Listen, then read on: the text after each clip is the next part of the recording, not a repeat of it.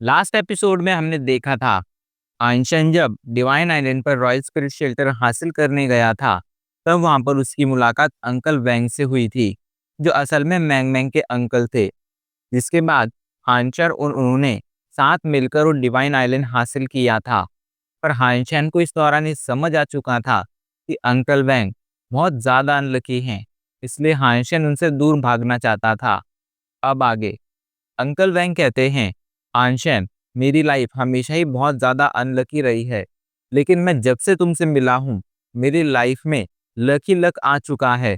तुम मेरे सेवियर हो एंड मैं हमेशा ही तुम्हारे साथ रहना चाहता हूँ।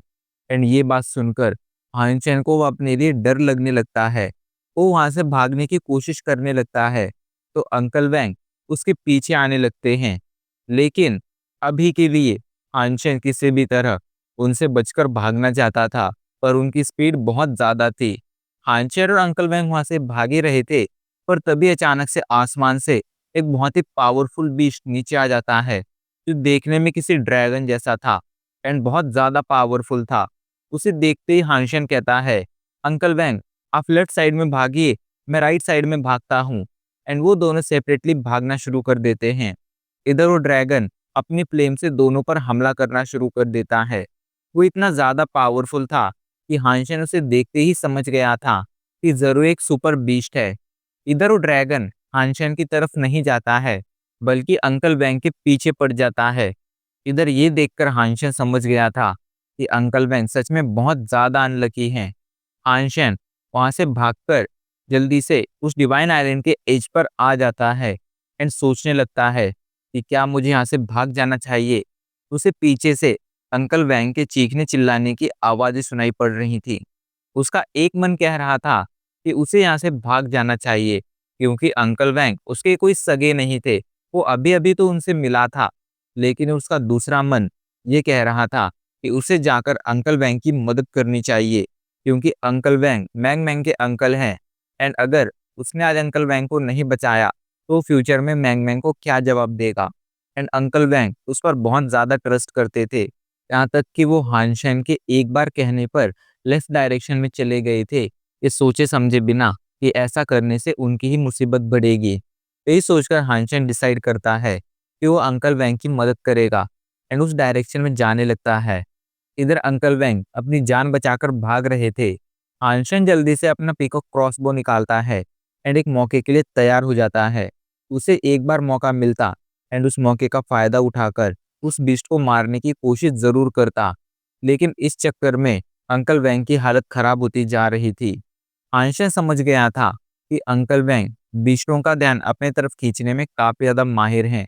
यह उनका लक ही ऐसा है कि कोई भी बीस्ट बहुत इजीली उनके पीछे पड़ जाता है। ऐसे में इस बीस्ट का ध्यान अपनी तरफ खींचना काफी ज्यादा मुश्किल होगा। हांशन सोच में पड़ जाता है कि उसे क्या करना चाहिए। तभी उसे आइडिया आता है, इस बीस्ट की बाकी की बॉडी तो बहुत ज्यादा पावरफुल होगी एंड टफ होगी। ऐसे में अगर इसे चोट पहुंचानी है, तो इसकी आंखों पर हमला करना होगा। यही सोचकर हांशन अपना पिकॉक क्रॉसबो से एक एरो उस बीस्ट पर फायर कर देता है। वो एरो सीधा जाकर उस ड्रैगन को लगता है, लेकिन वो एरो ड्रैगन की आई के अंदर नहीं जाता है, बल्कि उसकी आंख के ऊपर मौजूद आईलिड में ही अटक जाता है। ये देखकर हानशन परेशान हो गया था, पर तभी वो नोटिस करता है कि भले ही स्टार्टिंग में वो एरो आईलिड में अटक गया था, लेकिन अब वो एरो आईलिड को चीरकर उस बीस्ट की आंख में चुभ चुका था, जिससे उसकी एक आंख फूट चुकी थी। एंड इससे उस बीस्ट को बहुत ज्यादा गुस्सा आ गया था। वो गुस्से में अंकल वैंग को छोड़कर हानशन के पीछे पड़ जाता है। ये देखकर हानशन अपनी जान बचाकर भागने लगता है। वही अंकल वैंग जब ये देखते हैं, तो वो मुस्कुराने लगते हैं एंड मुस्कुराते हुए कहते हैं, मैं जानता था हानशन, तुम मुझे बचाने जरूर आओगे। तुम सच में बहुत अच्छे इंसान हो। इधर हानशन अपनी जान बचाकर भागने लगता है एंड भागते हुए कहता है, ये फालतू की बकवास करना बंद कीजिए एंड इसका ध्यान डाइवर्ट कीजिए। मुझे एक अपॉर्चुनिटी दीजिए ताकि मैं इस पर और ज्यादा एरोस फायर कर सकूं। ये सुनकर अंकल वैंग जल्दी से एक पत्थर उठाते हैं एंड उस पत्थर से उस बीस्ट पर हमला कर देते हैं। पर ये देखकर बेचारा हांशन शॉक हो गया था। वो मन ही मन कहता है, क्या ये पागल है? कम से कम उन्हें किसी वेपन का तो यूज करना चाहिए था। आखिर ये पत्थर किस तरह अपना ध्यान उनकी तरफ डाइवर्ट करेगा। एक पत्थर से तो इस बीस्ट को हल्की सी खरोच तक नहीं आएगी। लेकिन उसका अंदाजा बिल्कुल गलत था। पत्थर लगते इस बीस्ट का ध्यान अंकल वैंग की तरफ डाइवर्ट हो जाता है एंड अब वो बीस्ट अंकल वैंग के पीछे पड़ जाता है। इधर हानशेन को अब रेस्ट करने का मौका मिल जाता है। वो जल्दी से तैयार हो जाता है अगला हमला करने के लिए। वो जल्दी से हेवनली गो का यूज करते हुए उस बीस्ट की तरफ आगे बढ़ता है एंड एक मौका देखकर उस पर हमला करने जाता है। पर तभी वो नोटिस करता है कि उसके सारे के सारे एरोस तो खत्म हो चुके हैं। मतलब वो चाहकर भी उस बीस्ट पर हमला नहीं कर सकता था। ये देखकर हानशन परेशान हो जाता है। इधर वो बीस्ट गुस्से में अंकल वैंग पर लगातार हमले करना जारी रखता है। ये देखकर हानशन इतना तो समझ गया था कि उसे जल्दी कुछ करना होगा। वो जल्दी से लॉन्जिविटी मंत्रा, जेडेंग टेक्निक इन सभी को एक्टिवेट करता है, जिससे उसकी पावर बहुत ज़्यादा बूस्ट हो जाती है। वो जल्दी से भागकर उस बीस्ट के पास जाता है एंड उस बीस्ट का वाइटल पॉइंट देखने लगता है। लेकिन उसे उसकी बॉडी में कहीं भी कोई कमज़ोर हिस्सा दिखाई नहीं पड़ता है। तभी वो नोटिस करता है कि उसके कुछ एरोज उस बीस्ट की दूसरी आंख की आईलिड पर अटके हुए हैं। ये देखकर हानशन के दिमाग में एक आइडिया आता है। वो जल्दी से उस आंख के ऊपर जाता है एंड अपने एरोस पर किक्स मारना शुरू कर देता है, जिस वजह से उन एरोस में बहुत ज़्यादा प्रेशर लगता है एंड कुछ ही पलों में वो एरोस उसकी आंखों में धंस जाते हैं, जिससे उस बीस्ट की दूसरी आंख भी फूट जाती है एंड उसकी दूसरी आंख से भी खून आने लगता है। इस वजह से वो बीस्ट गुस्से में पागल हो जाता है। उसका गुस्सा बहुत ज़्यादा बढ़ चुका था। वो अपनी फ्लेम से हानशन को मारने की बहुत कोशिश करता है, लेकिन अब वो अंधा हो चुका था। ऐसे में उसे पता ही नहीं चल रहा था कि हानशन कहाँ था, इसलिए उसका एक भी हमला हानशन को नहीं लगता है। हानशन मन ही मन सोचते हुए कहता है, पिछली बार तो मैं लकी था जो मैंने उस पीकॉक को मार दिया, लेकिन इस बार ये रियल फाइट है एंड इस बार मुझे अपनी पावर के साथ इस बीस्ट को मारना होगा एंड इस बीस्ट को मारने पर मैं एडवांस डेमन वर्ल्ड का वो पहला इंसान बन जाऊंगा जिसने किसी सुपर बीस्ट को मारा होगा, वो भी एडवांस डेमन वर्ल्ड के। इधर वो ड्रैगन समझ गया था कि वो हानशन को नहीं मार सकता है, इसलिए वो अपनी जान बचाकर वहां से भागने लगता है। तो हानशन भी उसके पीछे पड़ जाता है। वहीं नीचे से जो भी इस नज़ारे को देख रहे थे वो अभी के लिए शॉक हो गए थे। इतना पावरफुल बीस्ट उन्होंने आज तक नहीं देखा था एंड जब उन लोगों को ये पता चलता है कि हानशन ने डिवाइन आइलैंड अकेले ही हासिल कर लिया है, तो उनकी शौक का तो कोई ठिकाना ही नहीं रहता है। वो और ज़्यादा बढ़ते जाता है। पर हानशन को इससे कोई फर्क नहीं पड़ता था। उस बीस्ट का पीछा करना जारी रखता है। रास्ते में अपनी सारी की सारी मार्शल आर्ट टेक्निक्स एक्टिवेट कर लेता है। इविल मंत्रा, ओवरलोड, ताकि उसकी पावर बहुत ज़्यादा बढ़ सके। हानशन उस बीस्ट का पीछा करना जारी रखता है। रास्ते में वो जल्दी से शेल्टर जाता है एंड वहां से अपने बचे कुचे एरो भी उठा लेता है, ताकि उसे इस बीस्ट को मारने का मौका मिल सके एंड फिर दोबारा से इस बीस्ट के पीछे पड़ जाता है। हानशन जल्दी से अपना एक एरो इस बीस्ट पर शूट कर देता है, जिससे इस बीस्ट को कोई खास चोट नहीं लगती है, क्योंकि ये बीस्ट काफी ज्यादा पावरफुल था। उल्टा उसने गुस्से में हानशन के कई सारे एरो जला दिए थे, जिससे बेचारे हानशन को हार्ट अटैक आते आते बचा था। पर इसने हानशन का गुस्सा बहुत ज्यादा बढ़ा दिया था। हानशन उस पर हमला करने जाता है, लेकिन तभी वो बीस्ट हानशन की डायरेक्शन में आगे बढ़ने लगता है। उसकी स्पीड इतनी ज्यादा थी कि हानशन अब उससे बच नहीं सकता था। इसलिए हानशन जल्दी से अपना आर्मर पहन लेता है, ताकि उसे कम से कम चोट लगे। वो बीस्ट सीधा आकर हानशन से टकरा जाता है, जिस वजह से हानशन बुरी तरह से घायल हो जाता है। वो तो अच्छा था उसने आर्मर पहन रखा था, वरना वो एक ही हमले में मारा जाता। पर इस चक्कर में वो घायल होकर जमीन पर गिर जाता है एंड अब उसके अंदर इतनी भी एनर्जी नहीं बची थी कि वो उठकर बच सके। इधर वो बीस्ट हानशन पर एक और हमला करने आता है, लेकिन हानशन अब उसके इस हमले से नहीं बच सकता था। हानशन को अपनी मौत अपने सामने दिखाई पड़ रही थी। पर तभी अचानक से सिल्वर फॉक्स जल्दी से अपनी लाइटनिंग एक्टिवेट करता है एंड उस बीस्ट पर हमला करना शुरू कर देता है। सिल्वर फॉक्स बहुत ज्यादा गुस्से में था एंड अपनी पूरी पावर के साथ लगातार उस बीस्ट पर हमला किए जा रहा था। वहीं सिल्वर फॉक्स को एक्शन लेता देख हानशन शॉक हो गया था।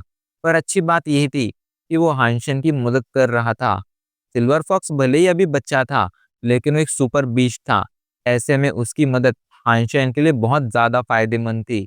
हानशन जल्दी से अपनी पूरी जी जान लगाकर उठता है एंड उस बीस्ट की आंखों पर लगातार एक के बाद एक हमले करना जारी रखता है। उसके हमले भले ही बहुत ज्यादा पावरफुल नहीं थे, लेकिन कंसिस्टेंट थे। इस वजह से वो हमले उस बीस्ट को लगातार डैमेज पहुंचाते जा रहे थे। हानशन उस बीस्ट का पीछा करना जारी रखता है। वो बीस्ट अगले कुछ दिनों तक इसी तरह हवा में उड़ता रहता है एंड हानशन से बचकर भागने की बहुत कोशिश करता है, लेकिन हानशन उसका पीछा नहीं छोड़ता है। एंड फाइनली कुछ दिनों बाद उस बीस्ट की हालत इतनी ज़्यादा खराब हो जाती है या वो और ज़्यादा नहीं उड़ सकता था। एंड फाइनली कई किलोमीटर, कई हजार किलोमीटर दूर आने के बाद वो बीस्ट फाइनली जमीन पर कोलैप्स हो जाता है। वो मर चुका था। उसके मरते ही हानशन की पावर स्क्रीन पर नोटिफिकेशन आता है, आपने super beast fire scale dragon को मारा है। आपको इसकी बीस्ट सोल हासिल हुई है। आप इसका लाइफ जिन एसेंस कलेक्ट कर सकते हैं। इसका लाइफ जिन एसेंस कंज्यूम करने पर आपको 0 से 10 सुपर जीन पॉइंट्स हासिल होंगे। ये सुनकर हानशन जल्दी से उस बीस्ट की डेड बॉडी के पास जाता है एंड उस पे खड़े होकर उसकी बीस्ट सोल बाहर निकालता है। हानशन देखता है वो बीस्ट सोल थोड़ी अजीब सी थी। वो एक तरह का स्टोन था जिसके अंदर एक छोटा सा फायर स्केल ड्रैगन कैद था। हानशन को समझ नहीं आ रहा था कि आखिर इस बीस्ट सोल का यूज क्या है।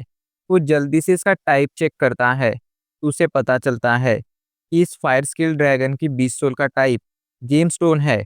अब इसका यूज किया था हानशन को ये अभी तो पता नहीं था, लेकिन रोका प्लैनेट लौटने पर हानशन इस बारे में पता लगा सकता था कि आखिर इस तरह की बीस्ट सोल किस काम आती है।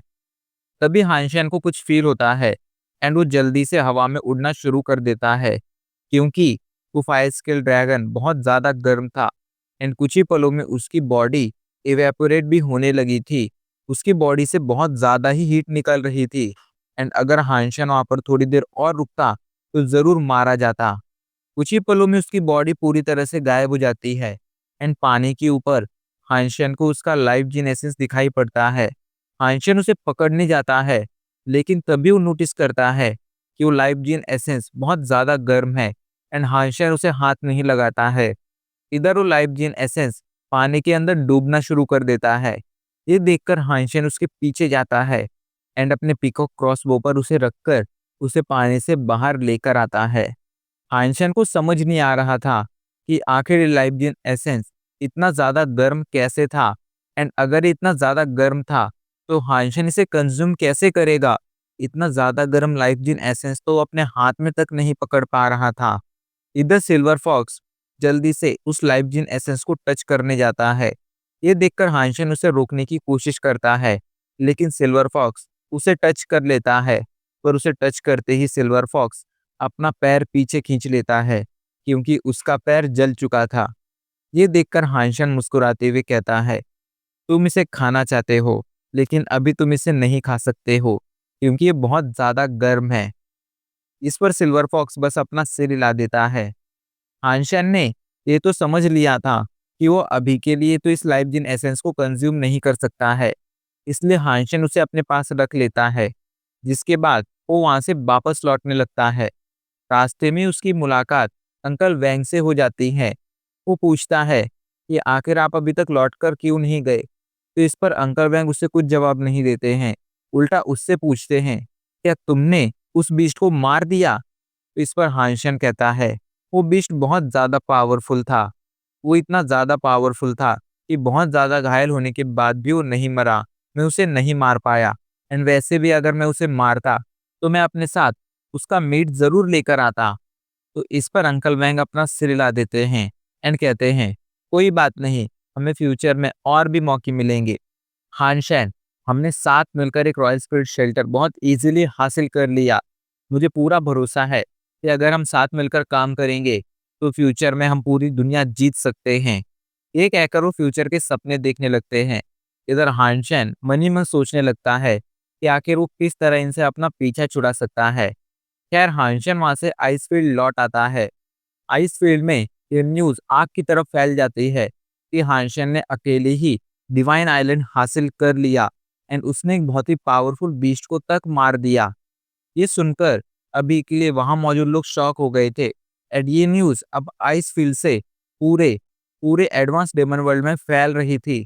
कुछ लोग इस पर भरोसा कर रहे थे एंड कुछ लोगों को ये मजाक लग रहा था। पर हानशान को इन चीज़ों से कोई फ़र्क नहीं पड़ता था। उसे पता था उसने क्या किया था एंड इतना ही काफ़ी था। एंड अब इसी के साथ हमारा एपिसोड आज यहीं पर ख़त्म हो जाता है।